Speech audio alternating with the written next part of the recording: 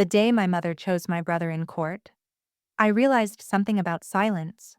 Silence isn't empty. Silence is where the truth waits. My name is Lydia Rowan. I'm 27 years old, and at the time of the trial, I worked as a paramedic in Franklin County. Long night shifts. Too much coffee. The kind of job where you learn quickly that people are rarely what they pretend to be. But nothing prepared me for the day my own mother sat in a courtroom, looked straight at the judge, and chose my brother over me. And what none of them knew. Not my brother. Not my mother. Not even their lawyer. Was that a piece of security footage was sitting in a sealed evidence envelope, waiting. And when it played in court, the entire room went silent. But I'm getting ahead of myself. Before I tell you what happened that day, there's something I want to say. If you genuinely connect with stories like this, take a second to like and subscribe.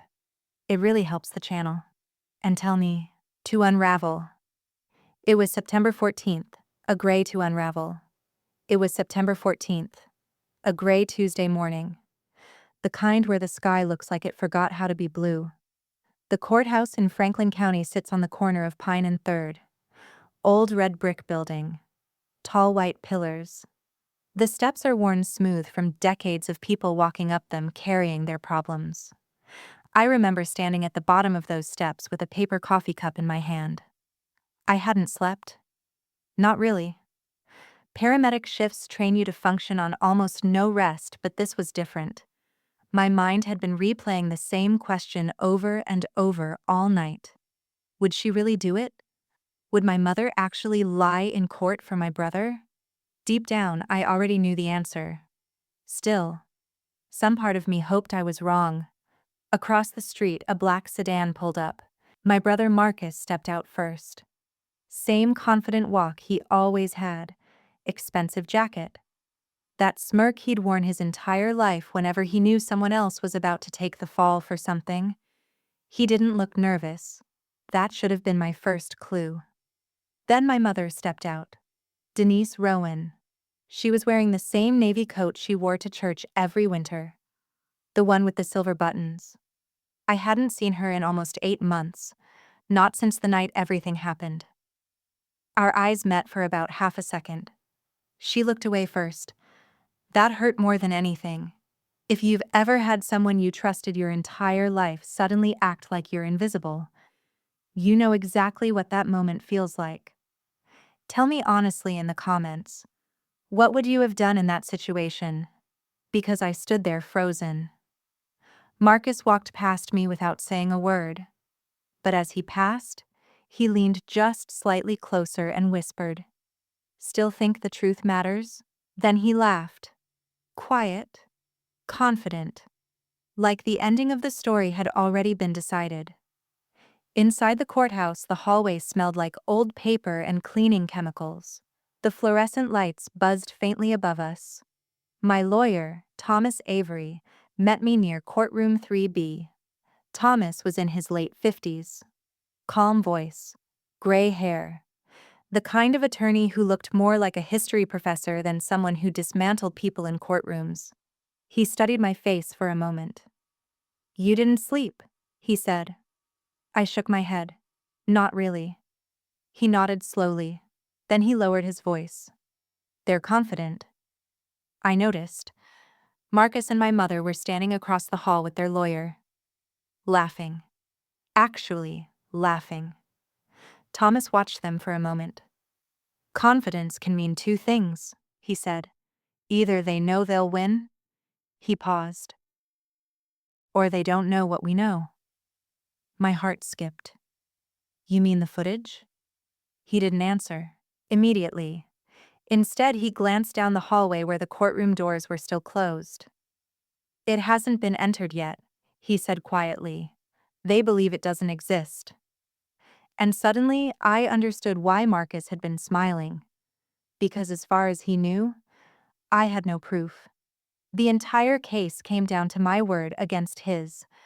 And in that courtroom, my mother was about to decide which one of us the judge believed. Court started at 9 a.m. sharp. The room filled slowly. Wood benches, tall windows letting in gray light. The faint scratch of pens on legal pads. Marcus sat 2 seats away from my mother at the defense table. He looked relaxed. My mother wouldn't look at me, not once. The judge entered. Everyone stood. And just like that, the trial began. The prosecutor laid out the accusation. 8 months earlier. A fire. A warehouse. Insurance fraud. Marcus claimed I had said it. Said I'd asked him for help covering it up. Said when he refused, I threatened him. It was a good story. Clean. Simple. Believable. And my mother? She was the key witness, because she claimed she saw me leaving the warehouse that night. When the judge called her to the stand, the room felt like it shrank. She walked slowly to the witness chair, raised her hand, swore to tell the truth. Then she sat down. For the first time that morning, she looked directly at me. There was no anger in her eyes. No sadness either. Just distance. The prosecutor asked the question that would decide everything. Mrs. Rowan, on the night of January 22nd, did you see your daughter Lydia near the Franklin storage warehouse? My chest tightened. The entire courtroom felt silent. My mother inhaled slowly. Then she said the words that changed everything. Yes. Just one word. But it felt like the floor dropped beneath me. Marcus leaned back in his chair with that same quiet smile. And for a moment, I actually thought I might lose. But what Marcus didn't know, what my mother didn't know, was that inside Thomas Avery's briefcase, there was a sealed envelope. And inside that envelope was the security footage from the warehouse parking lot. Footage that showed exactly who had been there that night. And when it played in court, everything would change. But before we get to that moment, you need to understand why my mother chose him. Because this didn't start in a courtroom. It started 22 years earlier, back when I first learned something about my family that would follow me my entire life. The phrase my mother used whenever Marcus was involved. 3 simple words. Words she repeated so often, they almost became a rule in our house. Protect your brother. And the first time I heard those words, I was 6 years old. And Marcus had just broken something he couldn't fix. The first time my mother said it, I didn't even understand what it meant. I was 6, sitting cross-legged on the living room carpet with my crayons spread out like treasure. The television was on low in the background. The air smelled like floor cleaner and the chicken soup my mom always made when she was stressed. Marcus was 8. He was bigger than me, louder than me, and already moving through the house like it belonged to him. That day, he wanted the glass snow globe off the top shelf, the one with the tiny church inside and glitter that swirled like a storm when you shook it. My mother kept it up there because it was the last thing her father gave her before he died. Marcus dragged a kitchen chair across the floor. I remember the scraping sound, the way it made my teeth hurt. I looked up and said, "Mom said don't." Marcus didn't even turn around. He just climbed. The chair wobbled. He stretched. His fingers hooked the globe, and for a second he actually smiled like he'd won something. Then his elbow caught the edge of the shelf. The globe slipped. It hit the hardwood and exploded with a sharp crack that sounded like a gunshot in our small living room. Glass everywhere, tiny shards catching light. The little church inside split in half. Marcus froze, eyes wide, like he couldn't believe consequences were real. Then he turned to me, and without hesitation he said, "You did it." I didn't even get a chance to speak before my mother rushed in from the kitchen. She saw the broken globe and her face went pale in a way I still remember. "What happened?" she asked, voice tight. Marcus pointed at me. "She was playing with it." I felt heat rush to my cheeks. "No, My mother held up a hand. Not to stop Marcus, to stop me. She looked down at the mess, then back at Marcus, then at me, and she said, calmly, like she was explaining something simple, "Lydia, you shouldn't touch things that aren't yours." I stared at her, but I didn't. That's when she leaned down close, enough that I could smell her perfume. Lilac. Always lilac. Her eyes were sharp, and she whispered, "Protect your brother." Those words didn't feel like comfort. They felt like a command. Then she straightened up and told Marcus to go wash his hands, and told me to clean up the glass. Barehanded. I remember picking up pieces so carefully my fingers shook. One shard sliced the side of my thumb, and a bead of blood rolled down. I held it up instinctively. My mother didn't look. She just said, "Be careful." Not in a caring way. In a warning way. That was the first time I understood the rules of our house. Marcus broke things. I absorbed the consequences. If you've ever grown up in a family where one sibling is treated like the sun and everyone else is expected to orbit around them, you know what I mean? When I say favoritism doesn't always look like praise. Sometimes it looks like silence. Sometimes it looks like the way your own mother will look right through you to protect the story she prefers. And in our house, the story was always the same. Marcus was special. Marcus was misunderstood. Marcus just had a lot of energy, and I was the one who should know better. I heard that phrase so often it became part of my identity. You know better, Lydia. It didn't matter what happened. If Marcus pushed me and I fell, I should have moved. If Marcus took my lunch money, I should have hidden it better. If Marcus screamed at me until I cried, I should stop being so sensitive. My mother never said Marcus was right. She didn't have to. She just treated him like he couldn't be held responsible, and treated me like I was built to carry weight. By the time I was 10, I could tell when Marcus was about to do something bad by the way he got quiet. He'd stop talking, start watching, like he was measuring something in his head. One summer afternoon, he convinced me to follow him to the neighbor's yard. Mrs. Halloway lived alone and kept her garage unlocked. Marcus said he just wanted to look at her bike. When we got inside, he didn't look at the bike. He went straight to a small shelf near the door and grabbed a jar filled with quarters. "Marcus, don't," I whispered. He shook the jar and listened to the coins rattle. His eyes lit up. "She won't notice," he said. "And even if she does, it's just change." He poured the quarters into his pockets like it was nothing. Then he turned and held out the jar. "Take some." I shook my head so fast it hurt. "No." His expression changed. That's what people don't talk about with kids like Marcus. They're charming until you don't cooperate. Then something cold shows up behind their eyes. He stepped closer. "Take some, Lydia." "No." He leaned in and hissed, "If you don't, I'll tell Mom you stole all of it." My stomach dropped. He had already built the lie in his head, ready to use it. And he knew exactly who my mother would believe. I took a handful of quarters with shaking fingers, and my throat burned the whole walk home. That night, Marcus dumped the coins on his bed and counted them like he'd earned them. I sat on my own bed staring at my hands. I could still feel the weight of those quarters, not physically, morally, like my hands were becoming something I didn't recognize. It got worse when we became teenagers. Marcus learned how to weaponize other people's perceptions.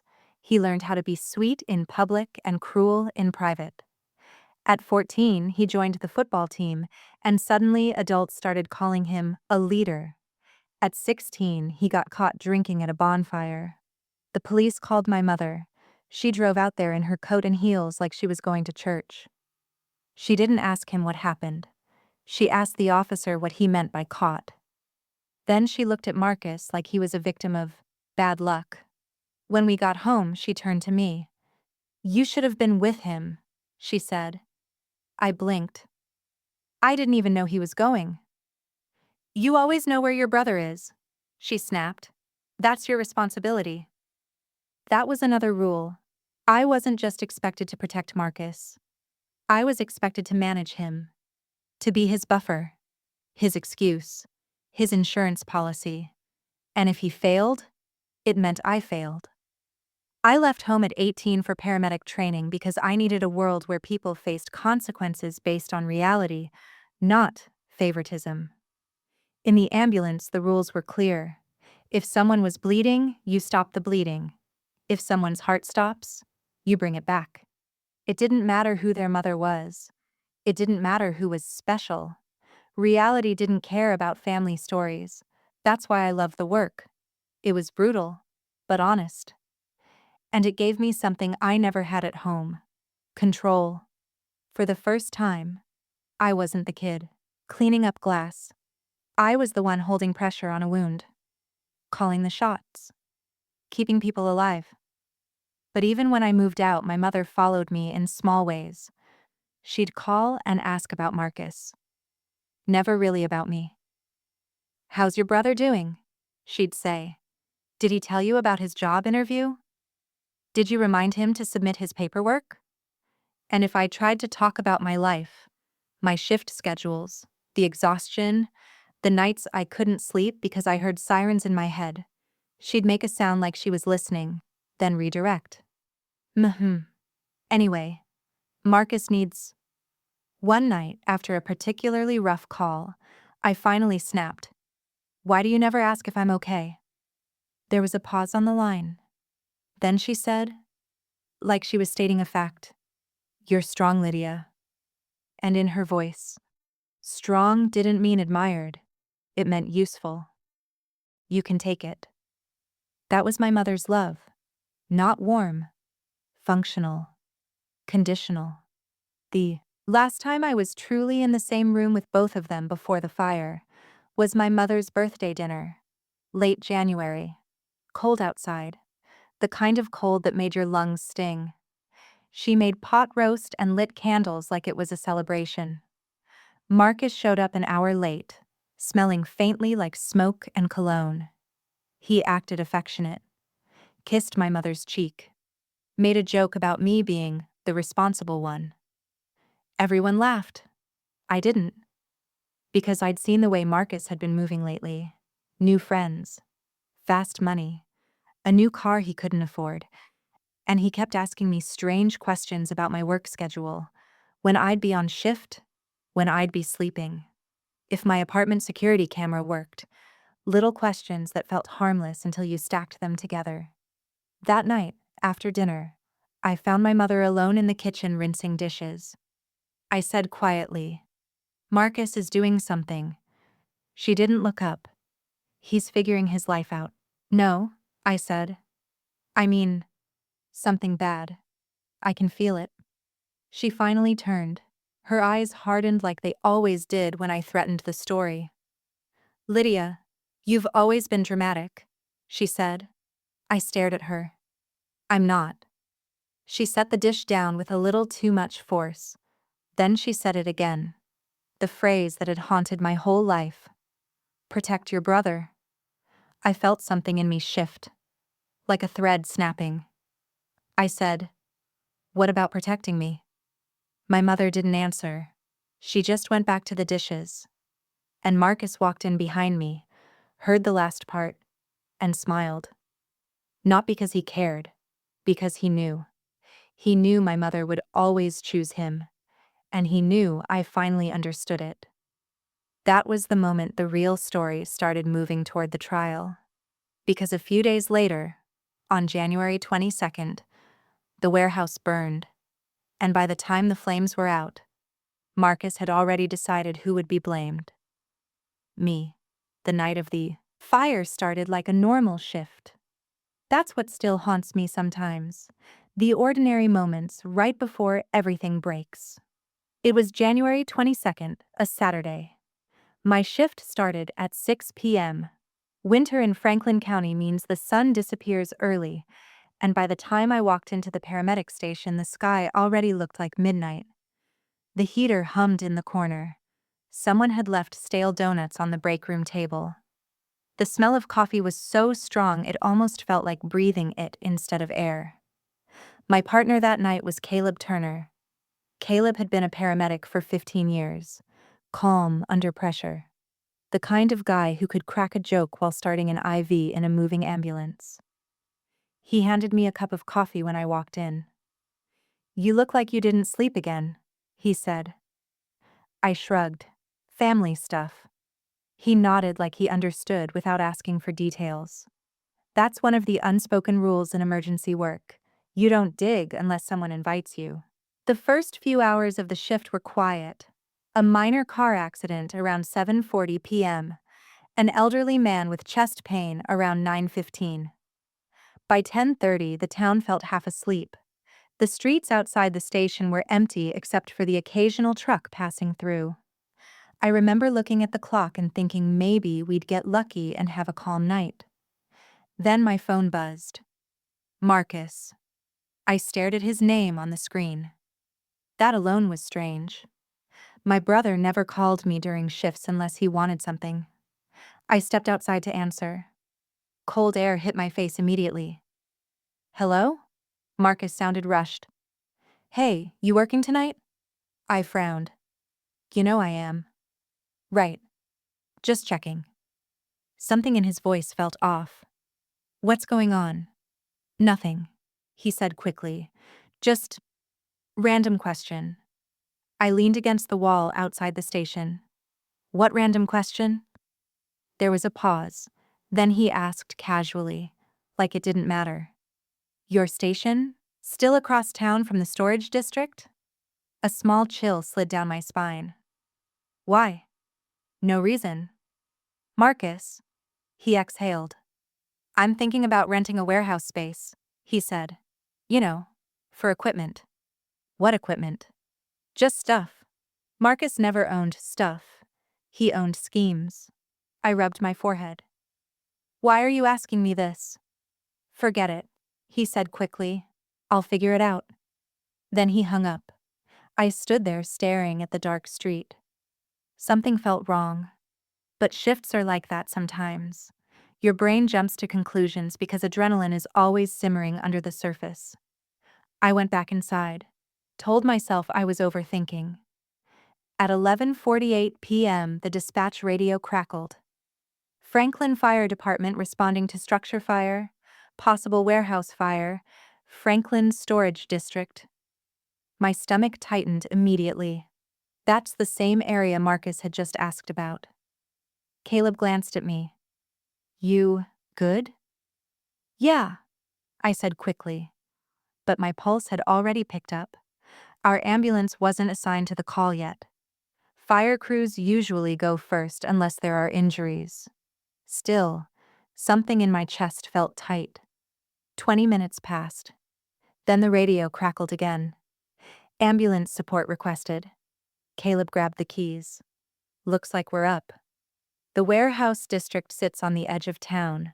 Rows of metal buildings. Mostly storage units and small distribution spaces. Quiet at night. When we arrived, flames were already licking through the roof of one of the buildings. Orange light flickered across the snow. Firefighters were dragging hoses through smoke that smelled like burning plastic and oil. Caleb parked near the engine truck. I jumped out with the medical bag. "Anyone hurt?" Caleb asked one of the firefighters. The man shook his head. "Not yet. But the place was supposed to be empty." I looked up at the building. Warehouse Unit 14B, my niche entrance. "Hey, someone ran from the lot entrance." "Hey, someone ran from the lot earlier." My heart started beating harder. "Did you see who?" the captain asked. The firefighter shook his head. "Just headlights leaving fast." Caleb looked at me. "You okay?" I realized my hands were shaking slightly. "I'm fine." But I wasn't. Because suddenly Marcus's phone call didn't feel random anymore. The fire burned for almost an hour before they got it under control. By then the roof had partially collapsed. Smoke hung thick in the freezing air. Fire investigators arrived around 1:30 a.m. One of them started walking the perimeter. looking for entry points and burn patterns. That's when the police showed up. At first, I didn't think anything of it. Warehouse fires happen, insurance accidents. Questions. About what? The warehouse. Questions. About what? The warehouse. I frowned. What about it? The officer exchanged a glance with his partner. Your brother reported you. For a moment, the world felt like it tilted. What? He claims you asked him earlier tonight about the warehouse. My brain scrambled. No.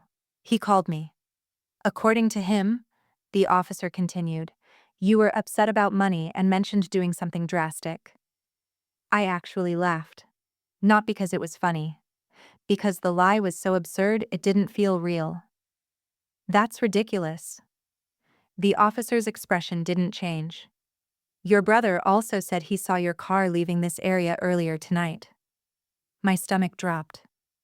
My car has been at the station all night. He scribbled something in his notebook. Witnesses say they saw a vehicle matching your car. That's impossible. Do you have proof? I opened my mouth, then closed it. Because at that exact moment I realized something terrifying. The station parking lot cameras had been broken for weeks. Maintenance hadn't fixed them yet. And my shift logs only proved I started work at 6. Not that I never left. Marcus had thought this through. My heart pounded. You're accusing me of arson based on my brother's word? The officer looked uncomfortable. We're just asking questions. But I could already see the direction things were moving. Marcus had created the story, and now it was spreading. 2 days later, investigators ruled the fire intentional, insurance fraud suspected. And Marcus gave a formal statement. In it, he claimed, I had debts. I asked him about the warehouse earlier that day, and he saw my car near the building shortly before the fire started. It was a perfect lie. Not dramatic. Just believable enough. And then, the final blow came. My mother gave her statement. She said she had been driving home from dinner that night. She said she saw my car leaving the warehouse district, and she said when she tried to call me, I didn't answer. Which was technically true. Because during emergencies, we don't answer personal calls. The police didn't arrest me right away, but they opened a case. And suddenly my entire life started shifting. Work placed me on temporary suspension. Neighbors started whispering, friends stopped calling. I would walk into grocery stores and feel eyes on me, like people were silently asking the same question. Did she do it? I tried calling my mother. She didn't answer. I left messages. Nothing. I texted Marcus once. Just one line. Why are you doing this? He replied 10 minutes later. Because you should have protected me. That message sat on my phone like a knife, and that was the moment I hit the lowest point of my life. Because suddenly I realized something horrifying. Marcus wasn't panicking. He wasn't worried. He was confident. Confident my mother would back his story. Confident no one would question him. And confident that if someone had to fall, it would be me. The investigation dragged on for months. Eventually, the case turned into something much bigger. A formal trial. Insurance fraud. Arson. Possible prison time. My savings started disappearing into legal fees. My reputation crumbled. And my mother, the person who could have stopped everything with a single honest sentence, remained completely silent. Until the day she finally spoke. In court. Against me. And the worst part? At the time, I thought she had just destroyed my life, because I had no idea that somewhere in the city, a single camera had recorded something Marcus never expected. And that footage would eventually end up in my lawyer's hands.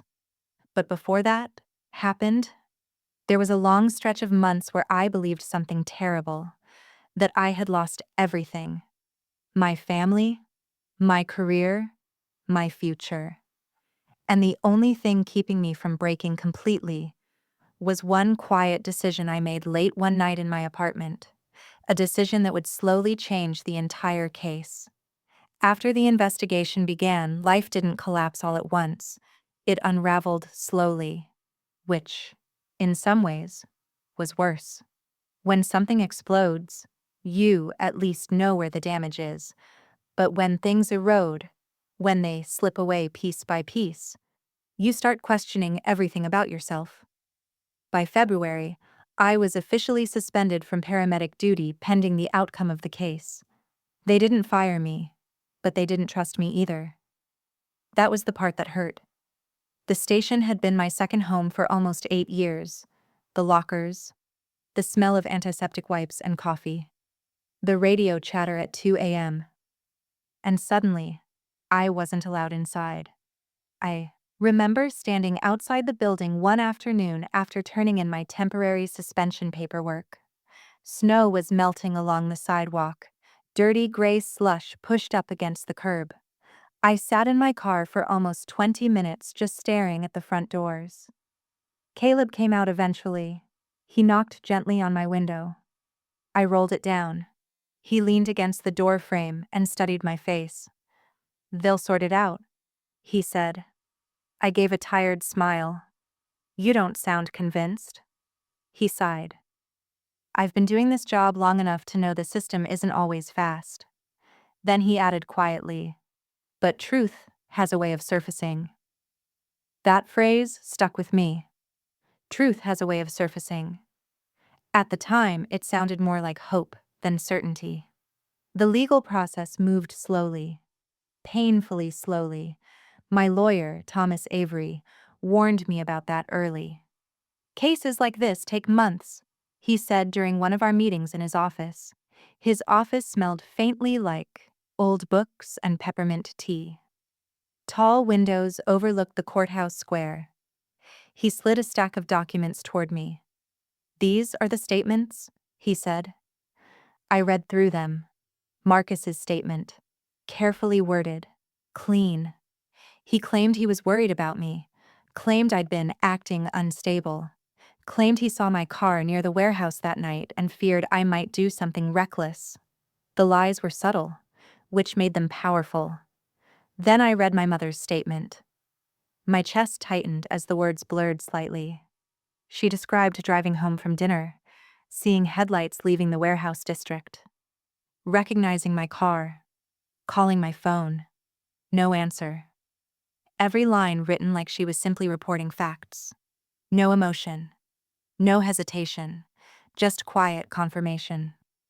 I looked up at Thomas. "She knows that isn't true." He didn't respond immediately. Instead, he folded his hands. "Family loyalty can be complicated." I almost laughed. Complicated. He held my gaze. "Lydia, I've handled cases where spouses lie for each other, parents lie for children, siblings cover crimes. It happens more often than people realize." I leaned back in the chair. "So, I'm just supposed to accept that my mother chose him?" "No," he said calmly. "You're supposed to prepare for the possibility." That was the moment something inside me shifted. Not dramatically. Not like a movie where someone suddenly becomes strong. It was quieter than that. More like a realization. I couldn't control my mother.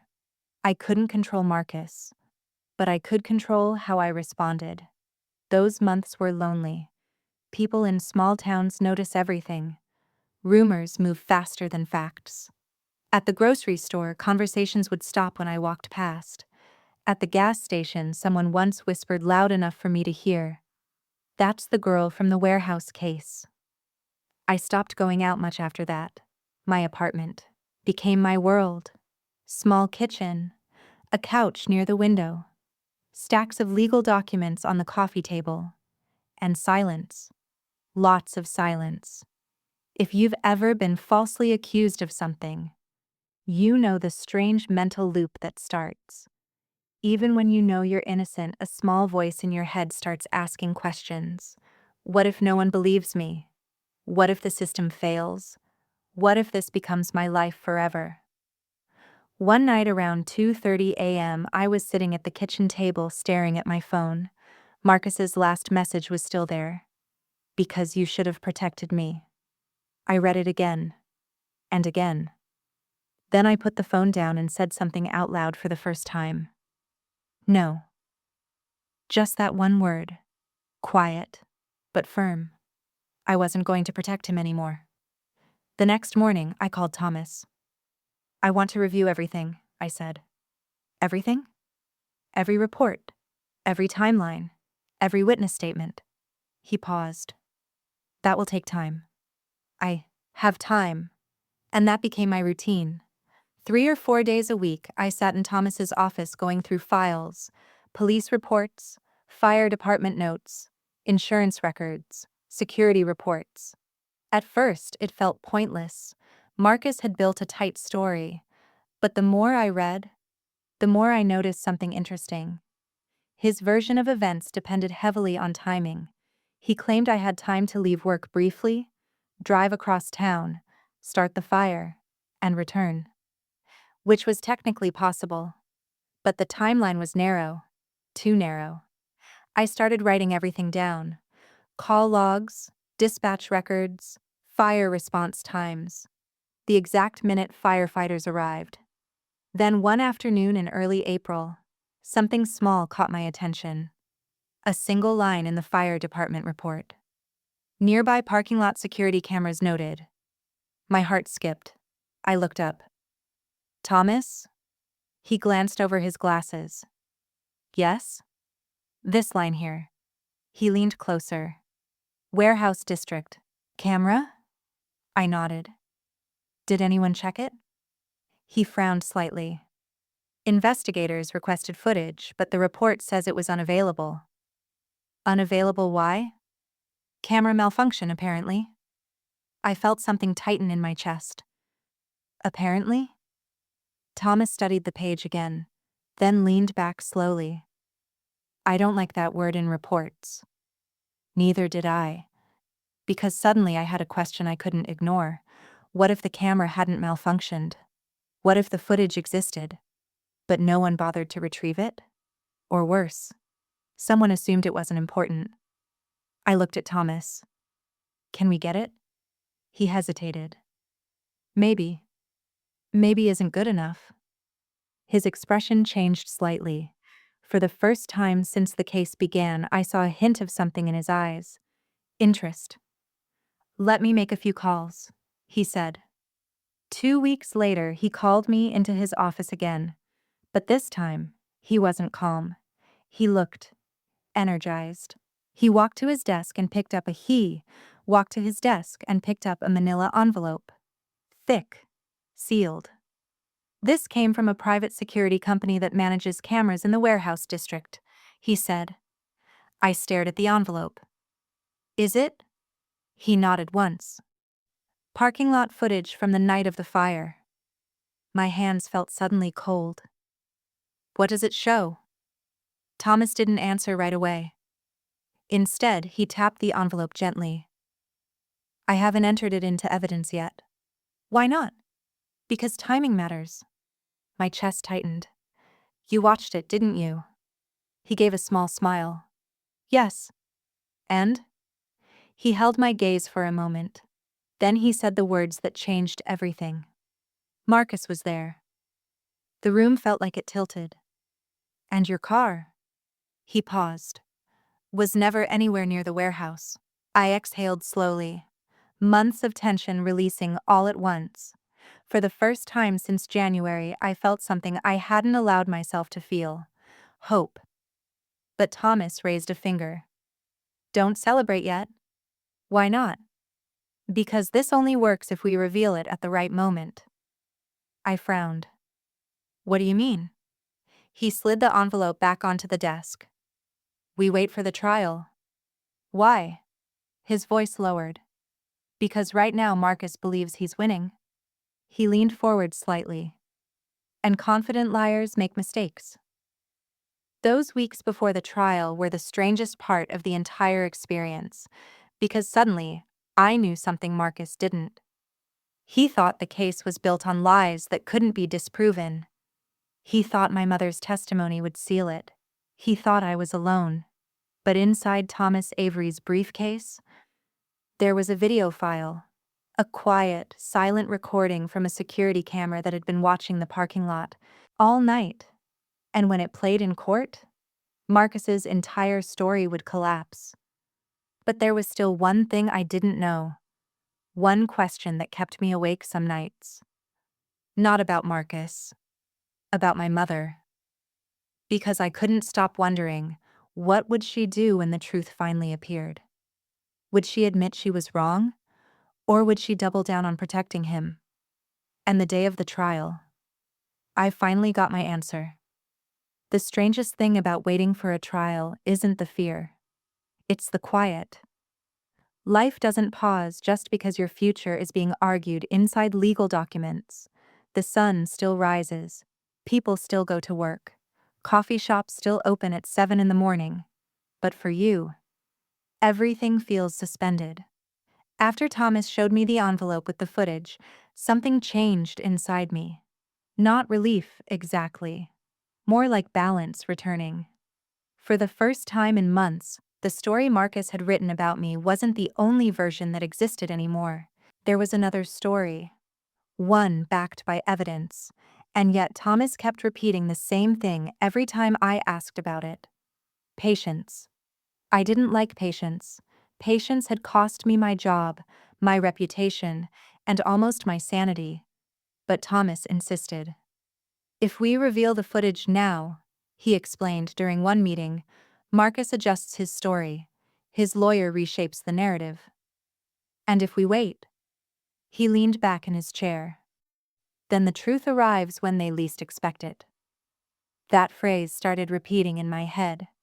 The truth arrives when they least expect it. Without paramedic shifts, my days suddenly had empty space. Too much empty space. At first, I filled it with case preparation, documents, timelines, reviewing statements with Thomas.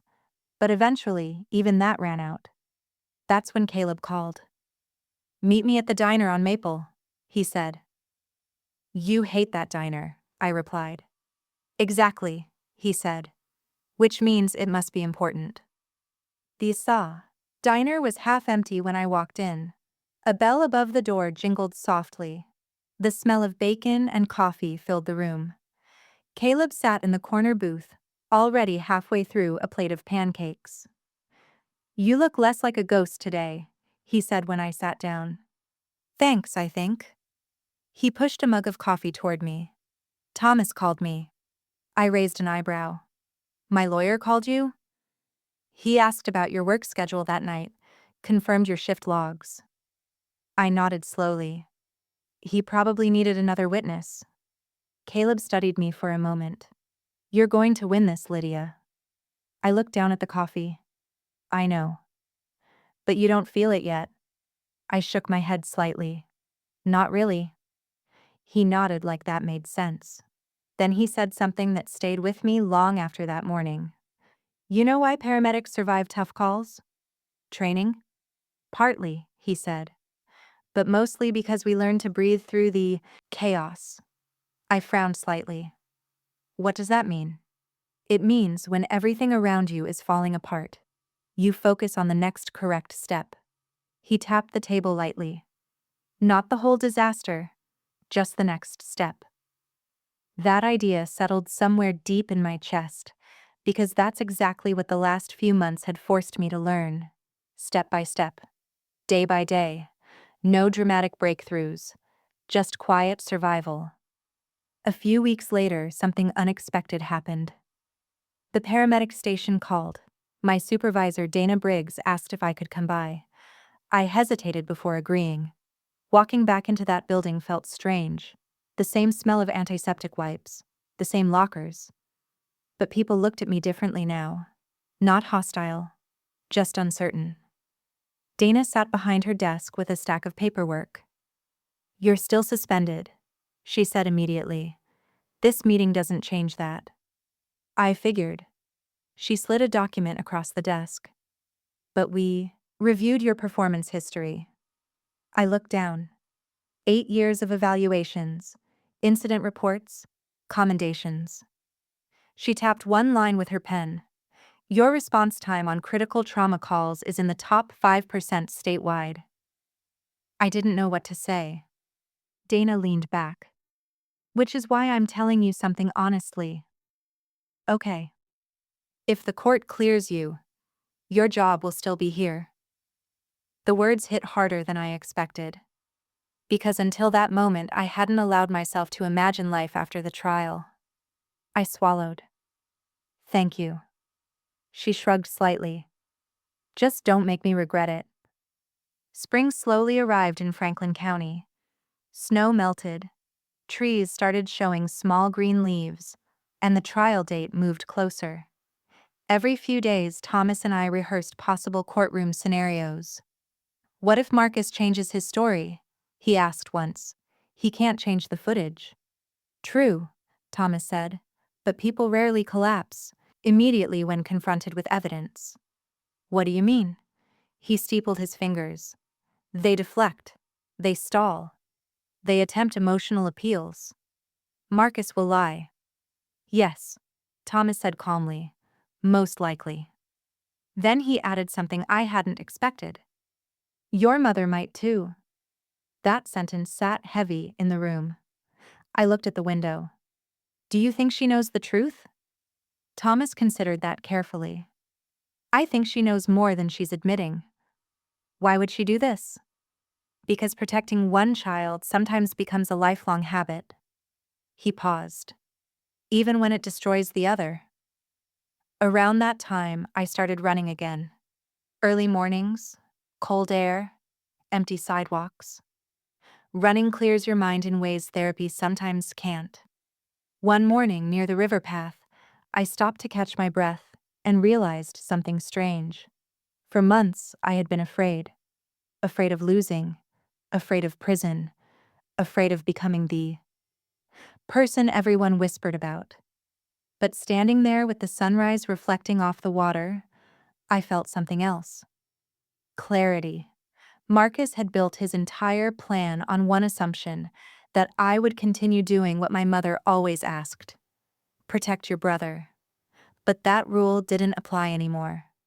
For the first time in my life, I wasn't carrying his mistakes. And that realization felt steady. Not angry. Not triumphant. Just solid. If you've ever reached a moment where you stop trying to fix people who refuse to change, you know the feeling I'm talking about. It's quiet, but powerful. The night before the trial, Thomas called me. Get sleep if you can, he said. Big day tomorrow. Are you nervous? I asked. There was a small pause. Courtrooms are theaters of human behavior, he said. People reveal themselves under pressure. I stared at the ceiling of my apartment. What do you think Marcus will do? He'll deny everything. And my mother? Thomas didn't answer right away. Finally, he said, tomorrow, we find out. The next morning was gray, September clouds hanging low over Franklin County. I stood outside the courthouse holding a cup of coffee that had gone cold in my hands. Across the street, a black sedan pulled up. Marcus stepped out first. Confident as ever. Then my mother. Navy coat. Silver buttons. Exactly the way she always looked when she wanted to appear composed. Marcus said something to her that made her smile faintly. They walked toward the courthouse steps together. A small detail caught my attention. Marcus wasn't nervous. Not even a little. Which meant he still believed his story would win. He still believed I had nothing. Inside Thomas Avery's briefcase, the envelope rested quietly. And the courtroom doors were about to open. Courtrooms have a rhythm. If you sit in enough of them, you start to notice it. The shuffle of papers, the quiet clearing of throats, the low murmur of voices before a judge walks in.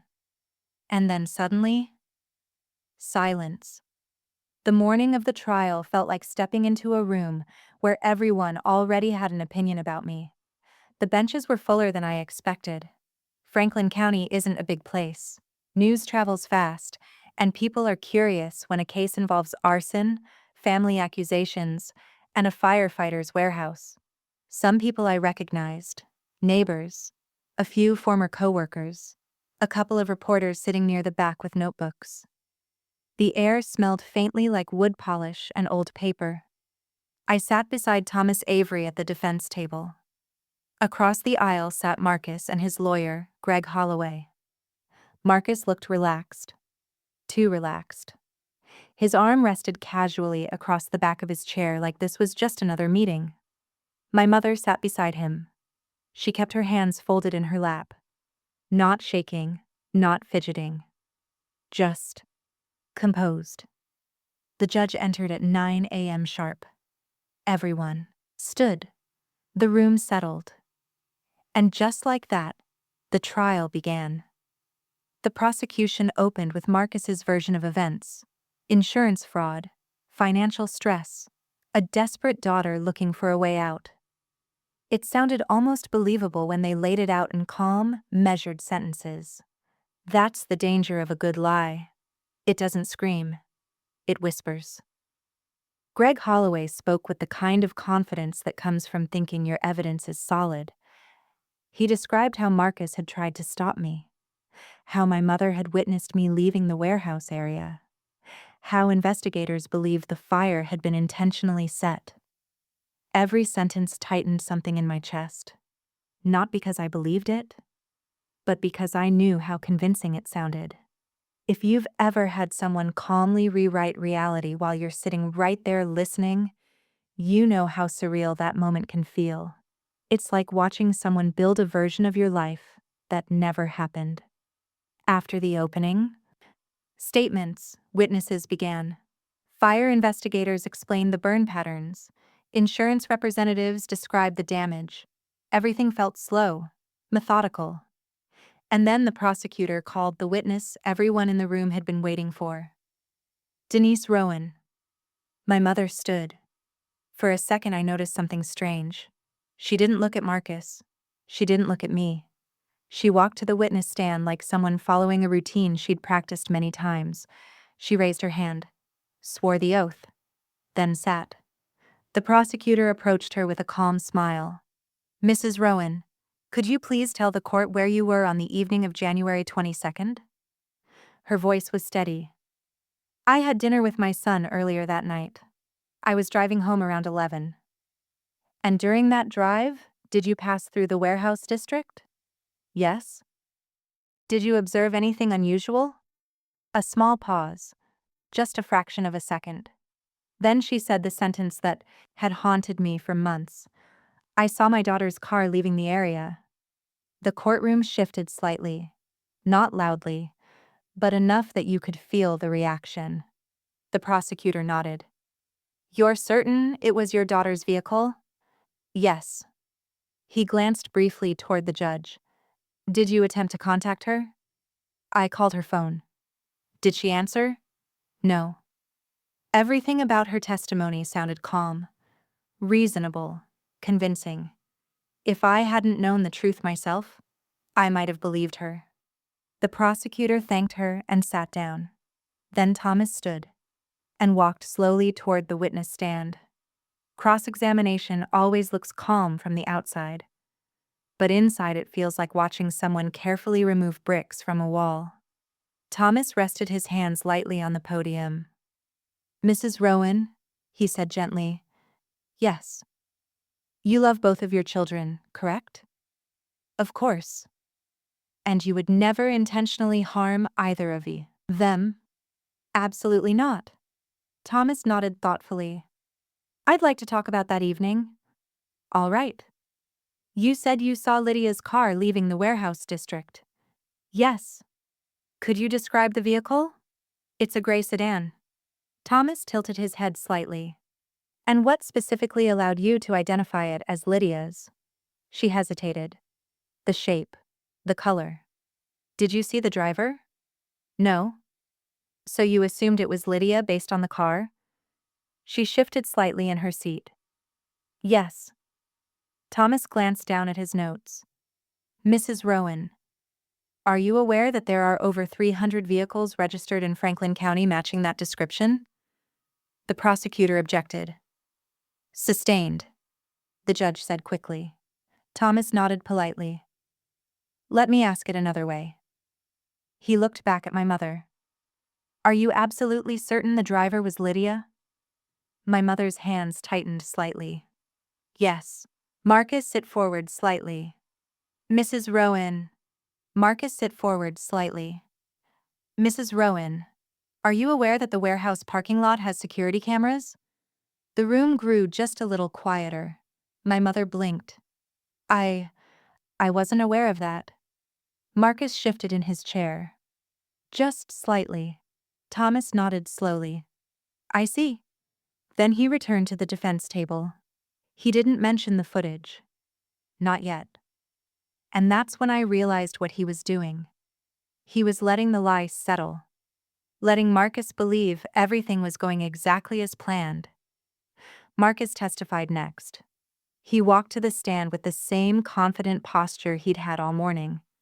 He described how worried he had been about me, how he believed I was under financial pressure, how he tried to stop me from making a mistake. Every word delivered calmly, carefully. His lawyer guided the story perfectly. By the time they finished, Marcus looked almost heroic, a concerned brother trying to stop a tragedy. If someone watching the trial didn't know better, they might have believed him. Then Thomas stood again and approached the witness stand. Marcus, he said quietly.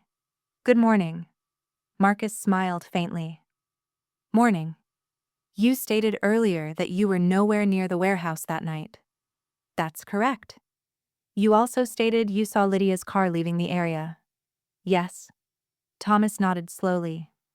And you're certain about that? Absolutely. The room felt still.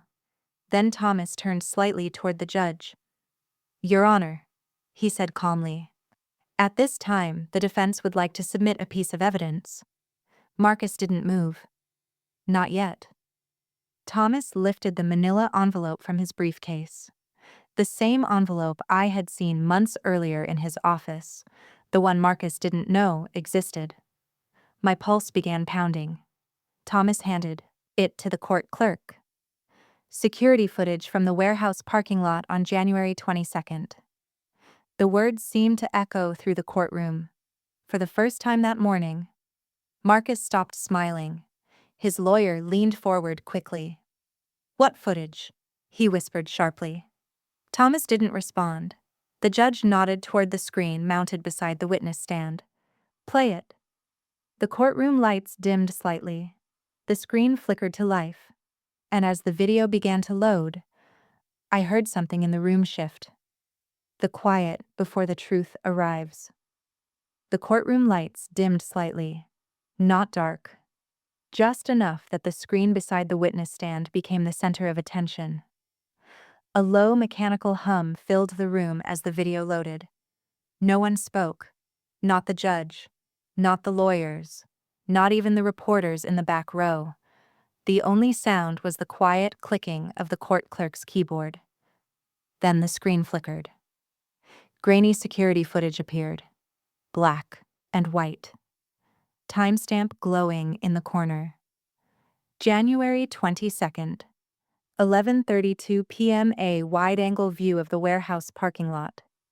Rows of parked vehicles, snow lining the edges of the pavement. The image was still for a moment. Then headlights appeared from the left side of the screen. A vehicle pulled into the lot. My heart pounded. The car stopped near the warehouse entrance, and the driver's door opened. Someone stepped out. Marcus. Even in the grainy footage, his walk was unmistakable. The way he rolled his shoulders. The way he moved like the world already belonged to him. A small ripple moved through the courtroom. Marcus's lawyer leaned forward sharply. That footage could be anyone. Thomas calmly raised a hand. Let it play. Marcus stared at the screen. For the first time since the trial started, his expression wasn't confident. It was calculating. The footage continued. Marcus walked toward the warehouse door. He looked around once, quickly, like someone checking whether they were alone. Then he disappeared inside. The timestamp ticked forward. 11:36 p.m. The parking lot stayed empty. Snow drifted lightly across the frame. Then suddenly, Marcus ran back out of the warehouse. Fast. Much faster than before. He jumped into his car. The headlights flashed on, and the vehicle sped out of the lot. The timestamp read 11:41 p.m. Exactly 6 minutes later. Smoke began leaking from the warehouse roof. The courtroom was completely silent now. The kind of silence where you can almost hear people thinking. The footage kept playing. Firelight started flickering faintly in the distance. And then, the video froze. The judge looked toward the attorneys. Thomas spoke first. Calm, controlled. Your Honor, the defense would like the record to reflect that the individual in the footage is Marcus Rowan, entering the warehouse minutes before the fire began. Marcus's lawyer shot to his feet. Objection. That identification has not been verified. Thomas nodded slightly. Of course. Then he turned toward the witness stand, where Marcus was still sitting, watching the frozen image of himself on the screen. Thomas asked softly, Marcus, were you at the warehouse that night? Marcus didn't answer immediately. He glanced at his lawyer. Greg Holloway leaned in and whispered something urgently. Marcus straightened. No, he said firmly. A murmur moved through the room. Thomas tilted his head slightly. You're certain? Yes. Thomas gestured toward the screen. So the man entering the warehouse at 11:32 p.m. is not you? No. And the man leaving 6 minutes before the fire begins is also not you? No. Thomas paused. Then he walked slowly closer to the witness stand. Marcus, would you be surprised to learn that the vehicle in this footage is registered in your name? Marcus's jaw tightened. That doesn't prove anything. Thomas nodded. You're right. He turned back toward the judge. Your Honor, the defense would also like to submit the vehicle registration records and insurance documentation confirming that the car shown in the footage belongs to Mr. Rowan. The court clerk took the papers. The judge scanned them quietly. Across the room, Marcus's confidence was beginning to crack. Not dramatically, but enough. His shoulders had stiffened. His hands were gripping the edge of the witness stand. Thomas spoke again. Marcus, earlier you testified that Lydia asked you about the warehouse. Yes. And that you tried to stop her. Yes. Yet the footage shows you entering the building alone. Marcus shifted slightly. I went there earlier in the evening. Thomas pointed at the timestamp. 11:32 p.m. Marcus hesitated. I must have gone back. For what purpose? Marcus opened his mouth. Nothing came out. The courtroom felt heavy, because everyone could see what was happening. The story was collapsing. Slowly. Publicly. Then Thomas asked the question that changed everything. Marcus, if Lydia set the fire, why were you inside the warehouse minutes before it started? Marcus's face flushed. I didn't set anything. But you were there. I was checking on something. What exactly? Marcus glanced toward my mother, just for a second. But everyone saw it, that tiny moment, the instinct to look toward the person who had always protected him. And suddenly I understood something. For Marcus, my mother had always been the safety net. The person who made consequences disappear. But in this courtroom, that safety net was unraveling. Thomas turned slightly toward the witness stand where my mother had testified earlier. Mrs. Rowan stated she saw Lydia's car leaving the warehouse district. He pointed gently at the screen. But the footage shows Lydia's vehicle never entered the parking lot that night. The judge looked toward Marcus again. Mr. Rowan, do you wish to revise your testimony? Marcus swallowed. For the first time, he looked scared. Not angry, Not defiant. Scared. Because suddenly the room was no longer listening to his story. It was watching the truth. And truth doesn't argue. It simply exists. In the back row, one of the reporters started typing rapidly. Keys clicking. The sound echoed through the silence. Marcus's lawyer leaned in again, whispering urgently.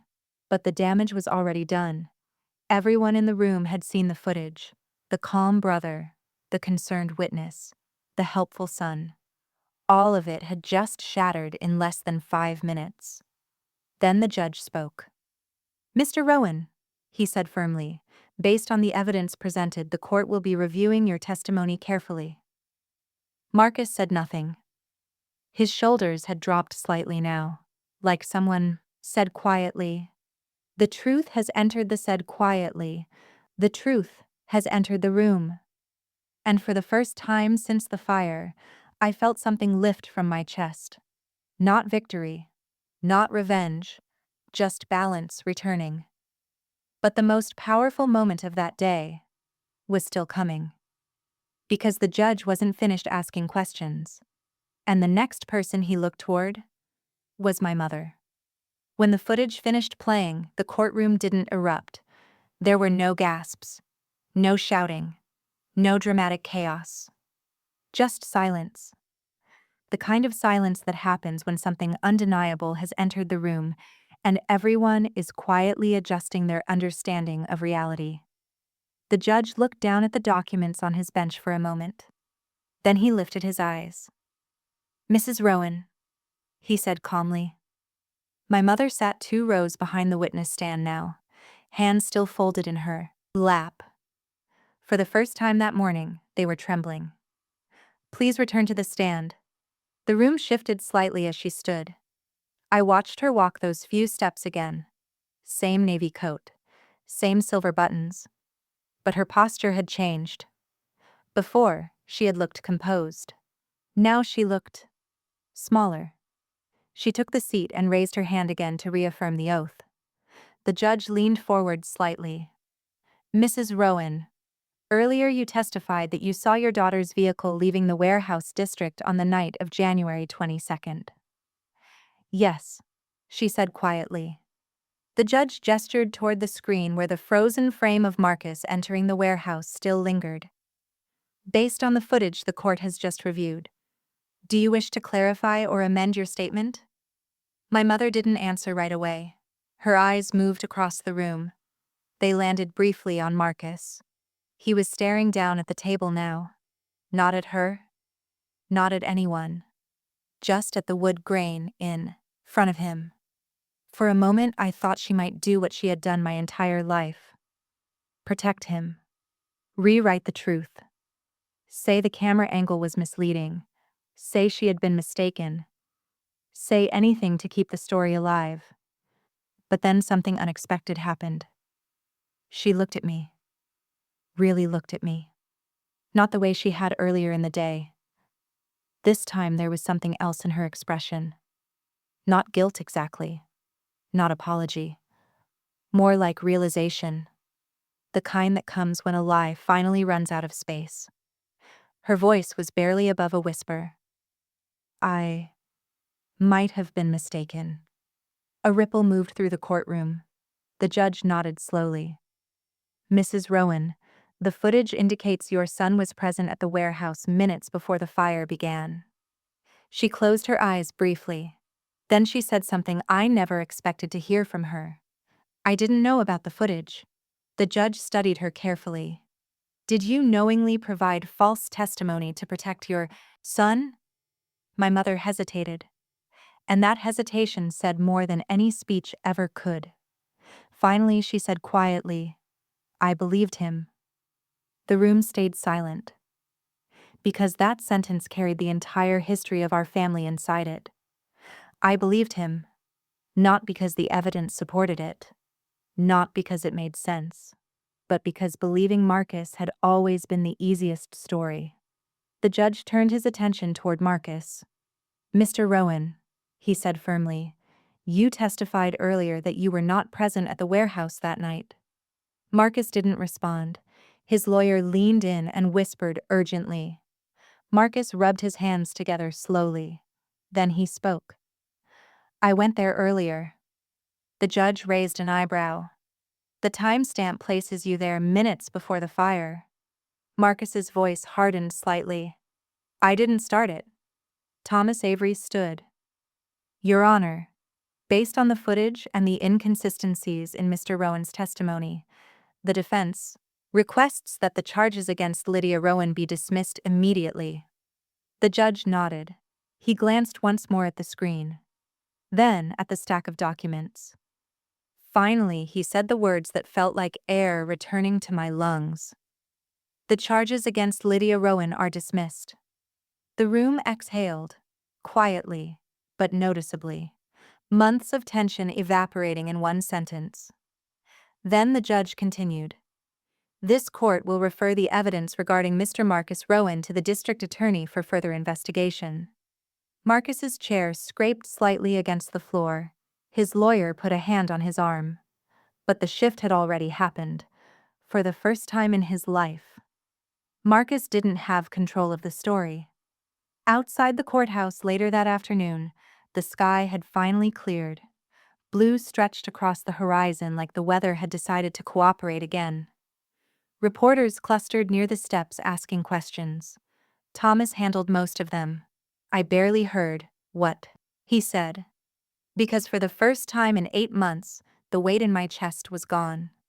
Caleb stood near the edge of the crowd and gave me a small nod. Dana from the station texted me one simple message. "Your locker is still here." I smiled. Not a big smile, just a quiet one. Marcus didn't come outside immediately. When he finally did, he avoided looking in my direction. His lawyer guided him quickly toward a waiting car. For once, he looked uncertain, smaller, like someone who had finally reached the edge of a story that couldn't be rewritten. My mother stepped out a few minutes later. She stood near the top of the courthouse steps, watching me. I walked toward her slowly. For years, I had imagined this moment, what I would say, how angry I would be. But standing there, I realized something strange. I wasn't angry anymore. I was tired. Not physically, emotionally. She opened her mouth like she wanted to speak. Maybe an apology, maybe an explanation. But I raised a hand gently. "You don't need to say anything." Her eyes filled slightly. I thought, "I know," I said quietly. "You believed him." The same sentence she had used in court. But now it sounded different. More honest. More final. She looked down. "I should have protected you too." I let the words sit between us, then I nodded once. Maybe. There was no dramatic forgiveness, no emotional reconciliation, just recognition. The truth had finally surfaced, and some things can't be rebuilt the way they were before. A week later, I returned to the paramedic station. My locker still smelled like antiseptic wipes and old coffee. Caleb slapped my shoulder. "Welcome back." Dana handed me a new shift schedule. "Don't make me regret this," she said again. I laughed softly. That night, my partner and I responded to a call near the river, a minor car accident. Nothing serious. As we loaded the patient into the ambulance, I looked up at the night sky. Clear. Quiet. And I realized something important. For most of my life, I had been carrying Marcus's mistakes, cleaning up broken glass that wasn't mine. But the truth doesn't stay buried forever. Sometimes it waits. Sometimes it hides in a security camera. Sometimes it takes months to surface. But eventually, it speaks. And when it does, the silence in the room tells you everything you need to know. Before you go, if this story stayed with you, take a second to like the video and subscribe. It helps more people discover stories like this. And tell me in the comments, where are you watching from?